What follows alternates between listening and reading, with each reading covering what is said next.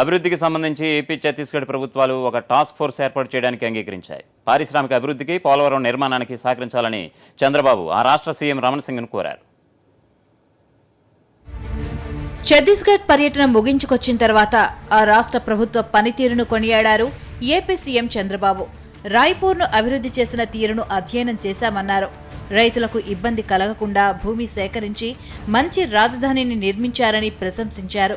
అన్ని విషయాల్లో సాంకేతిక పరిజ్ఞానాన్ని వినియోగించిన ఛత్తీస్గఢ్ ప్రభుత్వం అవినీతిని కట్టడి చేసిందన్నారు.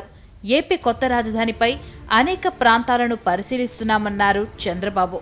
వెల్ఫేర్ ప్రోగ్రామ్స్ కానీ, ఇంకా వాళ్ళు ఐటీ చాలా డిపార్ట్మెంట్లో వాడడం కానీ ఇవన్నీ చాలా చేశారు. అవి కూడా ఒకసారి స్టడీ చేశాం. మొత్తం మీద ఈరోజు ఛత్తీస్గఢ్ ప్రోగ్రాం ఒక గుడ్ విల్ మిషన్ కింద మనం వారి దగ్గర కొన్ని విషయాలు తెలుసుకోవడానికి, రెండోది ప్రధానంగా పోలవరం ప్రాజెక్టు పూర్తి చేసుకోవాల్సిన అవసరం ఉంది కాబట్టి ఆ విషయం వారి దృష్టి తేవడానికి వెళ్ళాం. ఇది ఒక విధంగా చెప్పాలంటే మనం ఒక ఇనిషియేటివ్ తీసుకొని ముందుకు పోయాం.